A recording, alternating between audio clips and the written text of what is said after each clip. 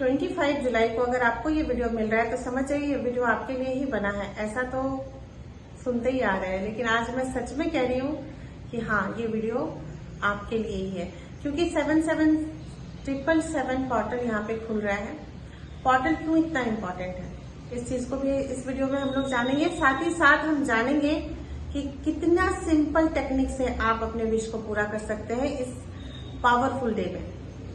इस साल 3 बार 77 पोर्टल हमें मिला, 7 जुलाई, 16 जुलाई और 25 जुलाई को, जो कि बहुत ही पावरफुल और लास्ट चांस है हमारे पास। उसके बाद ये 2032 में आने वाला है, तो इतनी देर क्यों वेट करना, कर लो ना आज।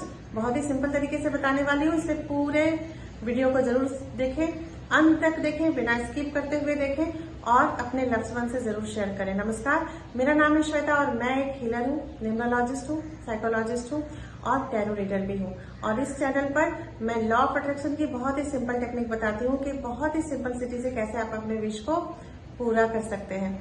क्यों 777 इतना इम्पोर्टेंट है? 7 नंबर जान लो कि बहुत ही पावरफुल नंबर है। न्यूमरोलॉजी के अकॉर्डिंग अगर देखें तो ये केतु का नंबर कहलाता है, जो अध्यात्म की तरफ लेकर जाता है, और ये वाकई में स्पिरिचुअल नंबर है। स्पिरिचुअलिटी को अगर कोई लोग नहीं समझ पा रहे हैं तो स्पिरिचुअल को 2 भागों में बांट दो, स्पिरिट और रिचुअल। स्पिरिट का मतलब होता है आत्मा, यानी कि हमारी आत्मा, आपकी आत्मा, और रिचुअल यानी कि जो ब्रह्मांड में जो क्रिया हो रही है उसको हम रिचुअल कह रहे हैं। ब्रह्मांड से कनेक्ट करने वाली जो क्रिया होती है वही स्पिरिचुअलिटी कहलाती है। तो आप अपने आत्मा को उस परमात्मा से कनेक्ट कर रहे हैं, इसी को स्पिरिचुअलिटी कहते हैं।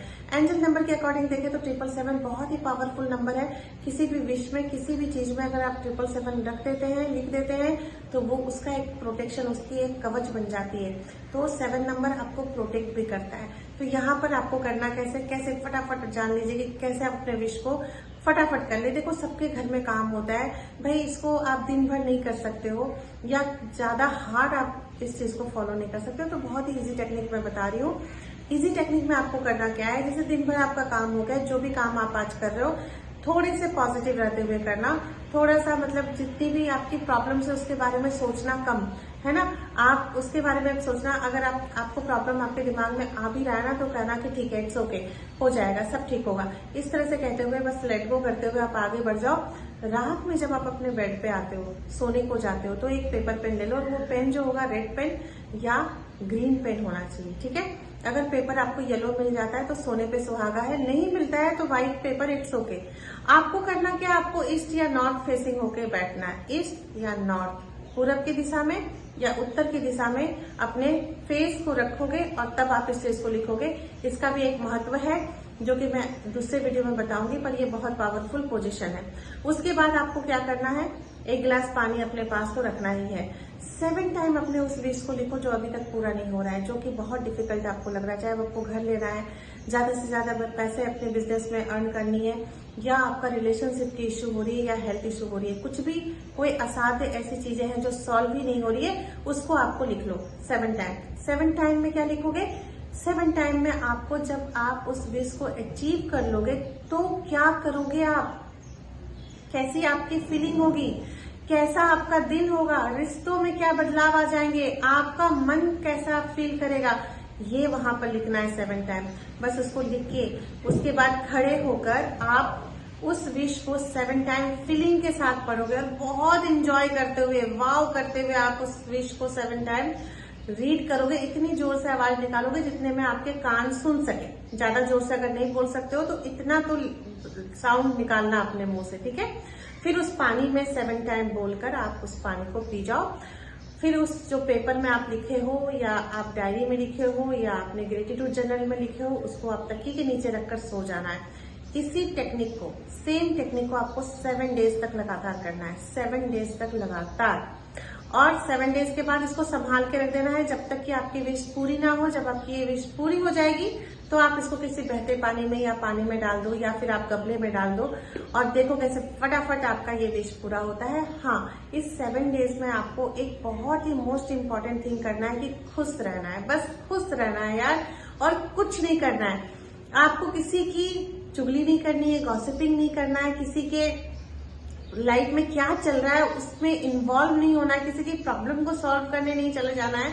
आपको बस एनी हाउ खुश रहना, चाहे आप ट्रैफिक में फंस रहे हैं, चाहे आपका काम नहीं बन रहा है इस 7 डेज में, चाहे जो भी हो रहा है, क्योंकि यूनिवर्स टेस्ट करता है आपको। जब भी आप कुछ ऐसे रिचुअल्स कर रहे होते हैं ना, तो बहुत सारे ऑब्स्टिकल्स आने की संभावना हो जाती है। क्यों? क्योंकि हमारा सबकॉन्शियस वहां पे ब्लॉकेज क्रिएट करता है, क्योंकि ऑलरेडी आपके सबकॉन्शियस में ये प्रोग्रामिंग हो चुका है कि आपकी कोई भी विश पूरी नहीं होती है। आप तो अच्छे भाग्य लेके पैदा ही नहीं हुए हो। बहुत सारी चीजें हमारे माइंड में चलती रहती है। तो यहाँ पर आपको ना वो सारी चीजों को ना, कहते हैं ना कि निकाल के उस कचरे को इस 7 डेज में फेंक देना है और बस मस्त रहना है, खुश रहना है, जैसे आप बचपन में रहते थे। बारिश का दिन है, बाहर जाओ, पानी में भीगो, खूब सारे मस्ती करो। आपका मन कर रहा है चॉकलेट खाने का, चॉकलेट खाओ, आपका मन कर रहा है आइसक्रीम खाना तो आइसक्रीम खाओ। वो बचपन वाला दिन आप ये 7 डेज में जी लो, जैसे बचपन में आप थे, एकदम बिंदास, खुला, एकदम हंसते हुए, खिटखिटा के हंसना, डांस करना, जो मन करे वो खाना। और इस 7 डेज में मैं आपको बता रही हूँ कि अगर वजन बढ़ेगा भी ना तो सिर्फ 1 किलो ही बढ़ेगा, तो ज्यादा फिक्र करने की जरूरत नहीं है। आपका खुश रहना बहुत जरूरी है, क्योंकि हम यूनिवर्स से सिर्फ एक ही चीज से कनेक्ट हो सकते हैं, वो है हमारी फीलिंग। अगर आपकी फीलिंग पॉजिटिव है तो आप पॉजिटिव चीजों को अट्रैक्ट करोगे, और अगर नेगेटिव है तो नेगेटिव चीजों को अट्रैक्ट करोगे। अब मुझे बताओ कि आपने एक विश लिखा है जो आपके लिए बहुत जरूरी है, और वहां अगर आप नेगेटिव हो गए तो किस तरह से आप उस चीज को अट्रैक्ट कर पाओगे, कैसे आप उस फ्रिक्वेंसी को मैच कर पाओगे। तो जब हम खुश रहते हैं तभी हमारी फ्रीक्वेंसी हाई रहती है। बस इस छोटी सी टेक्निक को, इस छोटी सी चीज को अगर आप समझ गए ना, आपके दिमाग में इसको आपने उतार लिया ना, तो मैं आपको कह रही हूँ कि आपको कोई रिचुअल्स भी करने की जरूरत नहीं होगी। आप सोचोगे और आपकी चीजें पूरी होने लगेगी। आप अगर सोचा ना